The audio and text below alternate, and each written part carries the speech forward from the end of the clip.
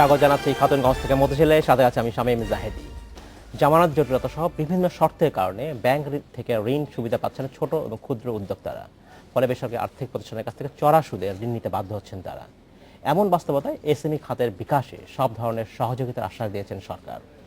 আজ আমরা আলোচনা করব এসএমই খাতের ঋণ। এ নিয়ে আলোচনা করতে আমাদের স্টুডিওতে রয়েছেন SME foundation chairperson KM Habibullah এবং এসএমই উদ্যোক্তা মেহরুন্নেসা খান।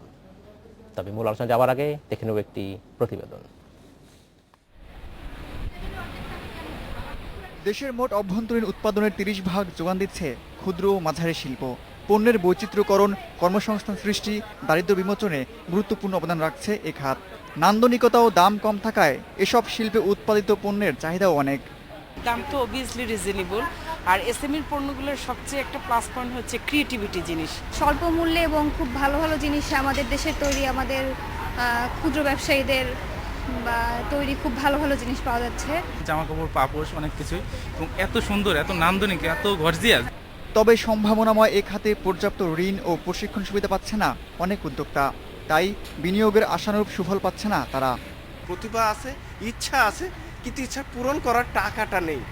এই টাকাটা একটা ফ্যাক্টর, প্লাস আমরা যে যা কিছু জানি এই জানাটাকে একটু হাইলাইট করা। এসএমই থেকে ট্রেনিং নিয়েছি, এটা এখন আসলে আমাদের ফাইন্যান্সের সমস্যা বেশি না। আমরা যদি আর্থিক সাপোর্টটা পাই তাহলে মনে হয় আমরা অনেক ভালো করতে পারবো। এসএমই খাত চাঙ্গা করতে নানা উদ্যোগ নেওয়া হচ্ছে বলে জানান শিল্পমন্ত্রী আমির হোসেন আমু। এসএমই ফাউন্ডেশন থেকে দেশব্যাপী কার্যকর সমীক্ষা ও গবেষণা চালাতে হবে।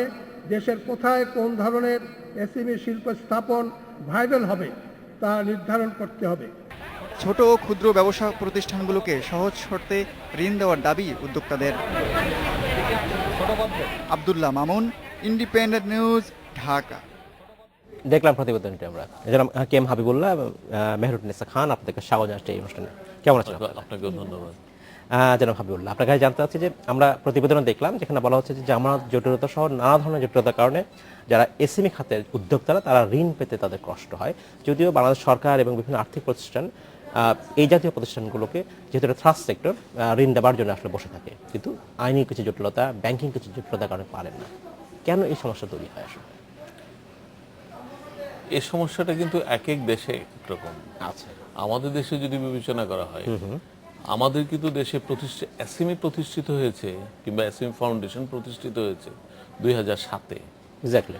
এবং 2007-এ এটা ওয়ার্ল্ড ব্যাংক, এডিপি, জাইকা তাদেরই প্রেসক্রিপশনে এটা প্রতিষ্ঠিত হয়েছে। এটা হচ্ছে সরকার এবং প্রাইভেট যৌথ পার্টনারশিপে, এটা একটা ইন্ডিপেন্ডেন্ট প্রতিষ্ঠান। এবং আমাদেরকে তখন 200 কোটি টাকা দেওয়া হয় সরকারিভাবে, এবং বলা হয় এর প্রফিটের পয়সা দিয়ে আমাদের এই প্রতিষ্ঠানটা চালাতে হবে। আচ্ছা, তো আপনি জানেন 200 কোটি টাকা প্রথম যখন 2007-এ হয় তখন 14% পর্যন্ত ইন্টারেস্ট রেট ছিল। ফলে আমরা 14 দুগুণে 28 কোটি টাকা পেতাম, এবং 28 কোটি টাকা আমরা টোটাল অ্যাক্টিভিটিতে লাগাতে পারতাম। কিন্তু এখন সেটা 6-7-এ চলে গেছে।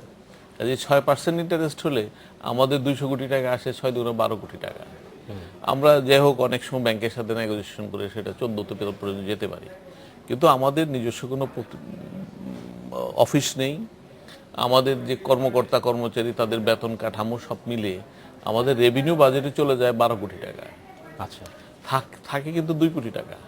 কিন্তু এসএমই ফাউন্ডেশনের কাজটা হচ্ছে এসএমইর কাউন্সিলিং, মানে জিরো থেকে শুরু করে তাদের মার্কেটিং পর্যন্ত সকল অ্যাক্টিভিটিসগুলি করতে হবে। আচ্ছা। বাংলাদেশে কিন্তু এখন আমাদের যদিও পরিসংখ্যান একেবারে একুরেট পরিসংখ্যান নাই, তবু আমরা যেটুকু জানি 90 থেকে 95% হচ্ছে এসএমই। এবং এই 90 থেকে 95% যেখানে এসএমই, তাদেরকে যদি আমরা সবগুলি সেক্টরেই বিভিন্ন রকম সুযোগ সুবিধা দেওয়ার চেষ্টা করি, তাহলে এই অর্থ কিন্তু আমাদের জন্য অনেক না। যেমন আমাদের এসএমই মেলায় আমাদের অর্থ প্রতিমন্ত্রী বলছিলেন একটা কথা, আমার কাছে খুব ভালো লেগেছে, যে এসএমইর মাংস আছে কিন্তু রক্ত নাই। আমাদের আসলে সেই রক্তের অভাবে, আর আমাদের প্রতিজ্ঞা হচ্ছে আমরা সিঙ্গেল ডিজিটে লোন দিব এসএমইকে। আচ্ছা, সিঙ্গেল ডিজিটে যদি লোন দিতে হয় তাহলে কোনোভাবেই, সিঙ্গেল ডিজিটে লোন না দিলে কোনোভাবেই কিন্তু তারা বেনিফিটেড হতে পারে না। কিন্তু এখন আমাদের দেশে 4000 কোটি টাকার উপরে লোন দেওয়া হচ্ছে এসএমইর নামে। বিভিন্ন প্রতিষ্ঠান দিচ্ছে বাংলাদেশ ব্যাংকের ব্যবস্থাপনায়, এবং এই টাকাগুলি ম্যাক্সিমাম আসতেছে এডিপি থেকে কিংবা জাইকার থেকে।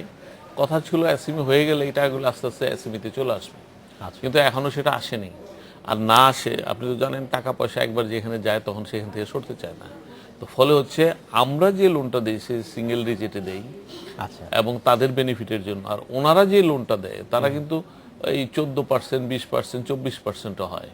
তো 24% লোন নিয়ে যদি একটা এসএমই দাঁড়াতে চেষ্টা করে তাহলে দাঁড়াতে পারবে। ধন্যবাদ জনাব হাবিবুল্লাহ। আমি আপনার কাছে ফিরে আসবো। মেহেরুন্নেসা খান, আপনার কাছে জানতে চাচ্ছি, একজন উদ্যোক্তা হিসাবে, স্পেশালি মহিলা উদ্যোক্তা হিসেবে আপনি, আমরা যে কথা বলছিলাম প্রতিবেদনে যে জামানত নানা ধরনের জটিলতা দেখা দেয়, কি ধরনের জটিলতা আপনি দেখেন ব্যাংকের ঋণ পাবার ক্ষেত্রে? ব্যাংকে ঋণ পাওয়ার ক্ষেত্রে আমরা সবাই একটা জটিলতা দেখি, তবে আমরা যখন একটা জিনিসকে যাচাই বাছাই করতে যাই, ব্যাংকও আমাদেরকে সেভাবে যাচাই বাছাই করে লোনটা দেয়। কিন্তু আমরা যেমন ঢাকার যারা আছি বা যারা কিছুটা পড়ালেখা জানেন, এরা যেমন ব্যাংকের কিছু কাজগুলো বুঝছে, কিন্তু যারা একদম আমাদের রুট লেভেল, যারা আমাদেরকে নিয়ে কাজ করতে চাচ্ছে বা যাদেরকে নিয়ে আমরা কাজ করতে চাচ্ছি, তাদের কাছে এই জটিলতাটা অনেক বেশি। কারণ আপনারা ব্যাংকরা যখন আমাদেরকে এত বেশি যাচাই বাছাই করতে হয়, প্রত্যেকটা পেপারসকে কারেক্ট করতে হয়, তো দেখা যায় যে এটা একটু বেশি জটিল হয়ে যায়। আর ব্যাংক আবার আমাদেরকে একটা ট্রেড লাইসেন্সের টাইম দিয়েছে, প্রায় আপনার 1 বছরখানিক পুরানো হতে হবে। তো 1 বছর একটা নতুন উদ্যোক্তার জন্য টিকে থাকাটা বহুত কঠিন। তো এই টাইমিংটাও যদি কমানো হয়, তা আমি মনে করি কিছুটা জটিলতা কমে আসবে। আচ্ছা, ধন্যবাদ। কিন্তু একটা যেটা বলছিলাম যে আমরা ব্যাংকে জটিলতার কথা বলছি, যেমন জামানত, এই জামানতটা আসলে কতটা প্রয়োজন হয় ব্যবসা করার? না, আমাদের এসএমই ফাউন্ডেশনে যেটা আমরা একটা এসএমই ফাউন্ডেশনকে আমরা একটা পরিবারের মতো মনে করি। তো এসএমই ফাউন্ডেশনের বা এসএমই লোন আমরা যেটা নিই, এটার ক্ষেত্রে আমাদের নারী উদ্যোক্তা বলুক বা আমাদের এন্টারপ্রেনার যারাই আমরা আছি, আমাদের 10% পর্যন্ত যখন আমরা লোন নিয়ে আমাদের কোনো জামানত লাগছে না। আচ্ছা, সেটাই। সেই ক্ষেত্রে আমাদেরকে এসএমই অনেক হেল্প করছে, এবং আমরা যখনই যে কাজে যাচ্ছি, প্লাস শুধু আমাদেরকে লোন দিয়েই না, বরং আমাদেরকে বিভিন্ন বিষয়ে ট্রেনিং দিয়েও ওরা আমাদেরকে সবার সামনে প্রেজেন্ট করার জন্য তৈরি করে দিচ্ছে। আচ্ছা, ধন্যবাদ জনাব হাবিবুল্লাহ। অ্যাক্সেস টু ফাইন্যান্স একটি বড় বিষয় ব্যবসা করবার ক্ষেত্রে, স্টার্ট আপ বিজনেসের জন্য। এরপরে একটা বিষয় আসে কিন্তু, যেটা হয় যে আমাদের দেশে অনেক উদ্যোক্তাই হয়তো নিজে থেকে আসেন, কিন্তু একটা ব্যবসা শুরু করবার ক্ষেত্রে সেই ধরনের কোনো সার্ভে করেন না, সেই ধরনের রিসার্চ আসলে সেরকম হয় না যে তার প্রোডাক্টটা মার্কেটে কোথায় যেতে পারে, কোথায় চাহিদা রয়েছে, এই জাতীয় হয় না। অনেকে নিজের ইন্টিউশন বোধ করেই আসলে ব্যবসা শুরু করে। সেই জায়গায় এই জাতীয় রিসার্চ বা মার্কেটিং এর সুবিধা কি হতে পারে, এই জাতীয় কোনো সুবিধা বা ট্রেনিং কি আপনারা দেন? অবশ্যই। তার কারণটা হচ্ছে যে আমরা তো মনে করি যে যেই ব্যবসাতে আসবেন উনি প্রথম দ্বিধাগ্রস্ত থাকেন অবশ্যই, এবং ওনারা যখন আমাদের কাছে আসেন, আমরা কিন্তু ব্যাপক প্রচার এবং ব্যাপক প্রসারতার মধ্যে যেতে পারছি না আমাদের ফিনান্সিয়াল সমস্যার জন্য, যে আমাদের টোটাল টাকা পার্টনার ব্যাংক রয়েছে, তাদের মাধ্যমে তো আপনারা সাহায্য করতে পারেন। পার্টনার ব্যাংক হলো যেমন আমরা যাদেরকে দিয়ে দিচ্ছি ব্যাংকে, সেটা কিন্তু টাকাটা আমরাই দিচ্ছি, এবং বলা থাকে যে 9% এর বেশি ইন্টারেস্ট রেট নিতে পারবে না, এবং তখন এই টাকাটাই তারা দেয়, এবং রিকভারি কিন্তু আবার 100%, কোথাও কিন্তু রিকভারিতে সমস্যা হয় না।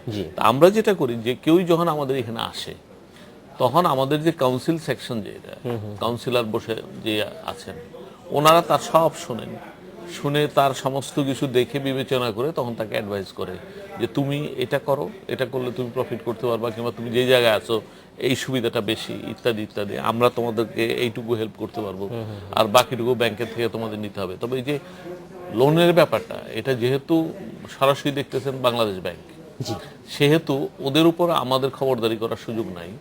কিন্তু ওনাদের বাংলাদেশ ব্যাংকের গভর্নরের সাথে আমার কথা হয়েছেন, যে আতিউর রহমান সাহেবের সাথে, তখন কথা ছিল যে কিছু টাকা আমাদেরকে দিয়ে দিবেন এবং আমরা দিব সিঙ্গেল ডিজিটে, কিন্তু সেই টাকাটা শেষ পর্যন্ত ওদের বোর্ড অনুমোদন করেনি বলে উনি দিতে পারেননি। এখন সেক্ষেত্রে কিন্তু ওদের কন্ট্রোল নেই বলে অনেকটা যে ব্যাংক যেখানে যেভাবে যতটুকু নিয়ে পারে সেভাবে দিচ্ছে, এতে কিন্তু এই এসএমই কিন্তু সাংঘাতিকভাবে এফেক্টেড হচ্ছে। তার কারণ হচ্ছে বিশ্বের যে কোনো দেশের আজকের এই উন্নতির পিছনে সবচেয়ে বড় অবদান হচ্ছে এসএমই। যেমন আপনার জাপান যান, কোরিয়া যান, চীন যান, ভারত যান, মালয়েশিয়া যান, এই সবই কিন্তু এসএমইর মাধ্যমে উঠেছে। দ্বিতীয় বিশ্বযুদ্ধের পরে জাপান কি ছিল? এসএমইর মাধ্যমে উঠেছে। তো সেই জন্য এই সেক্টরটাকে আমাদের দেশেও যদি আপনি একে বাংলাদেশে মধ্যম আয়ের দেশ করতে চান, তাহলে এসএমই কি গুরুত্ব দিতেই হবে। মেহেরুন্নেসা খান, আপনার কাছে জানতে চাচ্ছি, আমরা যখন বলি যে এসএমই ফাউন্ডেশন বাইরেও কিন্তু যারা উদ্যোক্তা তারা ব্যাংক থেকে লোন নেন, এবং এসএমই হিসাবে কিন্তু উদ্যোক্তারা একটা বাড়তি সুবিধা পান, এবং সবগুলো ব্যাংকে বিশেষ করে মহিলাদের একটা স্পেশাল এসএমই ডেস্ক রাখা আছে। সেখান থেকে কি আপনারা যারা উদ্যোক্তা তারা সেই রকম সহায়তা পান? হ্যাঁ, সেটা তো অবশ্যই। আজকে যে আমরা এই পর্যন্ত এসেছি, এটা তো আমাদের এসএমইর এই লোনের সহায়তাতে আমরা এসেছি। কারণ আমাদের যখন শুরু করি, তখন আমি যখন নিজে শুরু করেছি, তখন একজন কর্মচারী নিয়ে দুটো সেলাই মেশিন নিয়ে শুরু করেছিলাম। কিন্তু আজকে আমাদের পেছনে যদি এসএমই না থাকতো, তাহলে তখন যেমন আমার একজন কর্মচারী ছিল, আজকে 35 কর্মচারী। তো এই পর্যন্ত আসাতে আমার যে এতগুলো মেশিন বা আমি ফ্যাক্টরিটাকে এত বড় করেছি, এটাতে এসএমই আমাদেরকে অনেক, মানে আমরা একদম এসএমইকে একটা পরিবার মনে করি, এবং আমি মনে করি আমাদের সাথে অনেকটা সহায়তা করেছেন। আপনাকে অসংখ্য ধন্যবাদ। আমাদের সময় হচ্ছে বিরতিতে যাবার, আমাদের সময় হলো কি বিরতিতে যাবার, ফিরছি শীঘ্রই, সাথেই থাকবেন। স্বাগত আরেকবার খাতুনগঞ্জ থেকে বলছিলেন। আজ আমরা আলোচনা করছি এসএমই খাতের ঋণ নিয়ে। এ নিয়ে আলোচনা করতে আমাদের সাথে স্টুডিওতে রয়েছেন এসএমই ফাউন্ডেশনের চেয়ারপারসন KM হাবিবুল্লাহ এবং এসএমই উদ্যোক্তা মেহেরুন্নেসা খান এবং হাবিবুল্লাহ, আপনাকে স্বাগত জানাচ্ছি আরেকবার। জনাব KM হাবিবুল্লাহ, আপনার কাছে আমি জানতে চাচ্ছি যে এসএমই ফাউন্ডেশনের কথা বলছেন, আপনি বলছিলেন যে এসএমই ফাউন্ডেশন চায় তারা নিজেরাই এই লোনটা দিতে, ডিসবার্স করতে চায়, এবং আপনি বলছেন আমরা নিজেরা দিতে চাই না, আমরা চাই ব্যাংকের মাধ্যমেই যাক, আপনারা আমরা খবরদারিটা করি, খবরদারি করতে চান, সুপারভিশনটা আমাদের, সুপারভিশনটা আপনারা করতে চান। এই সুপারভিশন করবার জন্য কি তখন বাড়তি লোকবলের প্রয়োজন হবে কিনা, বা এই সুপারভিশন করবার জন্য এক্সপার্টিজ দরকার, সেটা কি আপনাদের আছে? না, সেটা কোনো সমস্যা হয় না এই কারণে যে সুপারভিশন যখনই করতে হবে, এখন যারা করছে তখন আমরা দরকার লাগলে সংখ্যা বাড়িয়ে নিব, এটাতে কোনো সমস্যা হওয়ার এই কথা না। সুপারভিশনটা কিসের ক্ষেত্রে, লোন দেওয়ার ক্ষেত্রে বলছেন নাকি লোন আদায়ের ক্ষেত্রে, ঋণ আদায়ের কথা বলছেন? না, তারা যদি কোনো সমস্যা পড়ে, ব্যাংক যদি আমাদের সাথে, ব্যাংকের প্রথমে একটা বাইলেটারাল এগ্রিমেন্ট হয়, জি, এবং আমরা কিন্তু সুনির্দিষ্ট বলে দেই না যে তাকে দাও লোন, আমরা বলে দেই এই যে ক্লাস্টারটা, এই ক্লাস্টারটাতে তুমি 5 কোটি টাকা লোন দিবা, আচ্ছা, এবং তাদের ভিতরে কাকে কাকে দিবা, কিভাবে দিবা, সেটা তোমার দায়িত্ব, এবং তাদের কাছ থেকে কোনো বন্ধক নিতে পারবে না, তাদেরকে দিবা তুমি দেখে। তারপরে আর আমাদের লোনগুলি স্বাভাবিকভাবে শোধ হয়ে যায় এই কারণে যে আমরা ওই সমিতিকে ট্যাগ করে দেই, আর লোকাল জনপ্রতিনিধি কিংবা যিনি খুব গুরুত্বপূর্ণ ব্যক্তি, ওনাকে ট্যাগ করে দেওয়া হয়। ফলে হচ্ছে কি যে লোনের সময়টা পার হয়ে গেল, যদি কোনো কারণে ব্যাংক লোনটা না পায়, ওনাদেরকে বলার পরে ওনারা যখন এখানে মধ্যস্থতা করেন, তখন কিন্তু লোনটা অটোমেটিক চলে আসে। আচ্ছা, আর 9% ইন্টারেস্টে লোন পাচ্ছে, ফলে তারাও লোনটা তাড়াতাড়ি দিয়ে আবার নিতে চাইবে সেটা। ধন্যবাদ। আমি আপনার কাছে ফিরে আসবো। মেহেরুন্নেসা খান, আপনার কাছে আমি জানতে চাচ্ছি যে যখন আমরা বলছি যে উদ্যোক্তার কথা বলছি, ক্ষুদ্র মাঝারি উদ্যোক্তার কথা, তাদেরকে বিভিন্নভাবে সরকার সহায়তা দিয়ে থাকে, কিন্তু সেই সহায়তা অর্জন করবার ক্ষেত্রেও কিছু বাড়তি সুবিধা লাগে। যেমন আপনি ট্রেনিংয়ের কথা বলছিলেন, এসএমই ফাউন্ডেশন থেকে ট্রেনিং দেয় আপনাদেরকে। এর বাইরে কি আপনাদের যেসব অ্যাসোসিয়েশনগুলো আছে সেখান থেকে কোনো সাহায্য পান? বিভিন্ন ধরনের অ্যাসোসিয়েশন আছে বাংলাদেশে। হ্যাঁ, বিভিন্ন ধরনের অ্যাসোসিয়েশনের মধ্যে অবশ্যই সাহায্য আছে। আর আমিও একটা অ্যাসোসিয়েশনের সাথে জড়িত আছি, women entrepreneur association of Bangladesh. তো ওটার সাথে আমিও জড়িত আছি। অ্যাসোসিয়েশনগুলো আমাদেরকে হেল্প করেন। অ্যাসোসিয়েশনগুলোর সাথে এসএমই ফাউন্ডেশনের সরাসরি একটা লিঙ্ক থাকে। যে আমরা যখন দেখা যায় এসএমই আমাদেরকে একটা বলো এই ট্রেনিং এর জন্য যাও, আবার আমাদের যে একটা ফাউন্ডেশন থাকবে সেখানেও দেখা যাবে যে আমি যে আছি ইয়েতে যে ফাউন্ডেশনে, ওরাও আমাদেরকে আবার ওই মেসেজটা দিয়ে দিল যে তোমরা আরো 10 জনকে জানাও, এবং এক্সট্রা যদি আরো লাগে, যে মেম্বার আরো লাগবে, আরো ট্রেনিং এর জন্য দরকার, তখন আমরা আবার আরেকটা গ্রুপকে জানিয়ে দিচ্ছি যে আরো এখানে ট্রেনিং এর জন্য হয়তো 30টা সিট আছে, আমাদের 20 জন অ্যারেঞ্জমেন্ট আছে, আরো 10 জনকে দরকার। তো এভাবে চেইন ওয়াইজ জিনিসটা ধাপে ধাপে চলে যাচ্ছে। যেটা আপনি হাবিবুল্লাহ, এসএমই ফাউন্ডেশন আপনি বলছেন নতুন প্রতিষ্ঠান হয়েছে, যারা এসএমই নিয়ে দেখাশোনার কাজ করছে, এসএমই উন্নয়নের জন্য কাজ করছে, এরকম একই ধরনের প্রায় প্রতিষ্ঠান রয়েছে, বিসিক আছে, মন্ত্রণালয় রয়েছে, অনেক রকম বডি আছে। এতগুলো সংস্থা যখন আলাদা আলাদাভাবে কাজ করে, তখন কি কোনো কাজের কোনো সমন্বয়হীনতা হয়, বা সেই সমন্বয় যে দরকার সেটা কি আসলে আছে? আমার মনে হয় এটা হওয়ার কথা না। যদি আপনি চিন্তা করেন যে ব্যবসা 2 ধরনের হয়, একটা মনোপলি আর একটা হচ্ছে ওপেন মার্কেট ইকোনমি। তা আমি যদি 10টা দোকান দিয়ে বসে, একটা দোকানে বিক্রি হবে আর 10টা 9টা দোকানে বিক্রি হবে না, এটা ঠিক না। কিন্তু সমন্বয় সংক্রান্ত বিষয়টা হচ্ছে সম্পূর্ণ নির্ভর করে যে ঊর্ধ্বতন অথরিটি যারা, তারা সেটাকে কিভাবে চালাবেন। যেমন বিসিক, এটা সরাসরি কিন্তু মন্ত্রণালয়ের অধীনে, সরাসরি সরকারের অধীনে, এবং সে সরকার চিন্তা করবে যে এই বিসিটাকে কিভাবে চালাবেন। আবার এসএমই ফাউন্ডেশন এটা বোর্ড দ্বারা পরিচালিত। আমার 4 জন, আমার বোর্ডের মেম্বারদের ভিতরে 4 জন হচ্ছে এডিশনাল সেক্রেটারি লেভেলের প্রতিনিধি, যেটা সরকার মনোনয়ন দেন, আর বাকি 8 জন হচ্ছে বড় বড় ব্যবসা বেসরকারি খাত থেকে, যেমন এফবিসিসি এর সভাপতি কিংবা ভাইস প্রেসিডেন্ট কিংবা এই ধরনের তাদের প্রতিনিধি, এবং এই 8 জনকে আমরা নিয়োগ দিই। এবং এই যে টোটাল 13 জন, এই 13 জনকে নিয়ে এই বোর্ড, এবং সেই বোর্ড ডিসিশন নেয় যে আমার 10 টাকা আমি কিভাবে খরচ করব, এবং কি কি সেক্টরে খরচ করব। তবে একটা জিনিস হচ্ছে যে কোনো প্রতিষ্ঠান দাঁড়াবার জন্য তার যে লোকবল এবং যে অর্থবল দরকার, সেটা এখনো কিন্তু এসএমই ফাউন্ডেশনে হয়নি। 2007-এ এই শিশুটা যে জন্মগ্রহণ করেছে তখন যা ছিল এখনো তাই আছে। হয়তোবা হতে পারে যে এটার পিছনে যারা ছিলেন, যেমন চেয়ারপারসন বরাবরই মন্ত্রী মহোদয় থাকতেন, জি এই প্রথম মন্ত্রী মহোদয়ের বাইরে একজন মাঝখানে একজন ব্যবসায়ীও ছিলেন। জি, তো ওনাকে কিন্তু ফুল টাইম এর পিছনে খাটতে হবে। তা তো বটে। তার কারণ হচ্ছে যে আপনি একটা বিরাট মন্ত্রিত্বের দায়িত্বে থেকে ওই দায়িত্বের অতিরিক্ত হিসাবে এখানে যখন কাজ করবেন, যেখানে নাকি 90-95% সময় দেওয়ার কথা, সময় দেওয়ার এবং উদ্যোক্তা রয়েছেন, কাজে তাদের স্বার্থে যেখানে নাকি অন্যান্য দেশে ইভেন একটা আলাদা প্রতিষ্ঠান হিসাবে তারা প্রচুর সুযোগ সুবিধা পাচ্ছে, এখানে সেক্ষেত্রে যদি আমি ওই রকম একটা ভাঙার সুযোগ পাই তাহলে তা দিয়ে কিন্তু আমি দাঁড়াতে পারবো না। আপনারা বলছিলেন যে সরকার এবং বেসরকারি খাতের যৌথ সমন্বয়ে এই ফাউন্ডেশন, আপনাদের চলবেন কিভাবে, আপনার প্রতিষ্ঠান কিভাবে চলবে, আপনাদের আয়টা কিভাবে আসবে? আমাদের এখন তো আয় হচ্ছে যে সরকার যে টাকাটা দিলেন সেটাই আয়, সেটাই, এবং তারপরে আয় অনেকভাবেই হতে পারে। সেটা যেমন ধরেন আমাদের যদি এই লোনের পরিমাণটা আমরা বেশি দিতে পারি, জাইকা কিংবা এডিপি যদি আমাদের কেউই টাকা দেন যে আপনারা এই লোনটা দেন 9% ইন্টারেস্টে, যেহেতু সাকসেসফুলি আপনারা দিচ্ছেন, আমরা আপনাদেরকে টাকা বাড়িয়ে দিচ্ছি। এখন যখন বাড়িয়ে দিবে তখন কিন্তু এই টাকার থেকে কিন্তু আমার কর্মচারীর, কারণ আমরা কিন্তু 4% ইন্টারেস্ট রেখে তাদেরকে দিচ্ছি, যেটা নাকি ব্যাংকগুলিও করে। তাহলে হচ্ছে কি যে ব্যাংক যদি আর 5% ইন্টারেস্ট নেয় তাহলে সে 9% দিতে পারে, আমি তো 4%। এই 4% দিয়ে কিন্তু আমার লোকবল হচ্ছে, আমার জনবল থেকে আরম্ভ করে আমি সবকিছু আস্তে আস্তে বাড়িয়ে নিতে পারি। তারপরে যেমন ধরেন আমরা চিন্তা করছি যে প্রত্যেকটা ডিভিশনাল হেডকোয়ার্টারে আমাদের একটা সেলস অ্যান্ড ডিসপ্লে সেন্টার হবে। কারণ এই যে ওনারা কিন্তু সবাই দোকান ভাড়া করে ব্যবসা চালানো খুব কঠিন, এরকম কঠিন। এবং আমরা যদি বিনা পয়সায় কিংবা স্বল্প পয়সায়, যেমন আমাদের এখন যে মেলা হচ্ছে, আপনি দেখেন সেই মেলাতে আমাদের প্রত্যেকটা দোকানের স্টল ভাড়া কিন্তু মাত্র 1000 টাকা। অন্য কেউ কিন্তু 1000 টাকা এভাবে একটা সুযোগ দিবে না এই বঙ্গবন্ধু সম্মেলন কেন্দ্রের মতো জায়গায়। তো এইভাবে আমরা ওদেরকেও উৎসাহিত করলাম, আবার ওই 1000 টাকা চলে আসলো, সেটা আমার ওই মেনটেনেন্স কস্টে খরচ হলো, সেইভাবে আমাদেরকে দেখতে হবে। ধন্যবাদ। মেহেরুন্নেসা খান, আপনার কাছে আমি জানতে চাচ্ছি যে কি ধরনের এসএমই খাতে এই মুহূর্তে আপনারা গুরুত্ব দিচ্ছেন বেশি, কি ধরনের ব্যবসাকে আপনারা গুরুত্ব দিচ্ছেন বেশি? এই মুহূর্তে যেটা আমরা গুরুত্ব দিচ্ছি, যেমন আমাদের যে বুটিক ব্যবসাটা ছিল, এটা এখন একটা অনেক ঘরে ঘরেই হয়ে গেছে। তো আমাদের এসএমইও যেটা আমাদেরকে লেটেস্টে গতকাল পরশুদিন আমাদের একটা ট্রেনিং শেষ হলো, যেটা হচ্ছে আপনার লেদারের উপর। তো জুট বা লেদারের যে জিনিসটা, বা জুট আর যে লেদারের সম্মেলনে যে আমরা একটা ব্যাগকে তৈরি করব, আমি এটার দিকে বেশি প্রাধান্য দিচ্ছি, যে এই জিনিসটা দিয়ে যেটা আমরা করবো, আমাদের দেশের এই শিল্পটাকে আমরা বাইরেও দিতে পারবো। আর আমাদের দেশের ক্ষেত্রেও দেখা যায় যে সবাই আমাদের যেমন ব্যাগ বা শু যখনই কেউ কিনতে যায় দেখা যায় দেশের বাইরেরটাকে খুঁজছে, কিন্তু আমরা যদি এই দিকটাকে অ্যাটেনশন দিই তখন বোঝা যাবে যে আমাদের দেশের পণ্যটাই সবার হাতে হাতে থাকুক। জনাব হাবিবুল্লাহ, আপনি বলছেন যে একটি দোকান বা একটা এস্টাবলিশ তৈরি করে এসএমই খাতের ব্যবসা করার জন্য সত্যিই কষ্টকর এবং অনেক ব্যয়বহুল। এক্ষেত্রে যেটা অনেকেই করছেন, ই কমার্সের দিকে নজর দিচ্ছেন, একটি ওয়েব পোর্টাল থাকলে সেখানে তারা ই স্টোর করতে পারেন। এই বিষয়ে কি এসএমই ফাউন্ডেশন কোনো ভাবছে কিনা?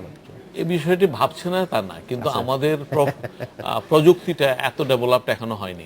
আপনি যেমন ধরেন বাংলাদেশের মোট জনসংখ্যার 40% গ্রামে থাকে, 40% মহিলা গ্রামে থাকে, মানে 80% গ্রামে থাকে।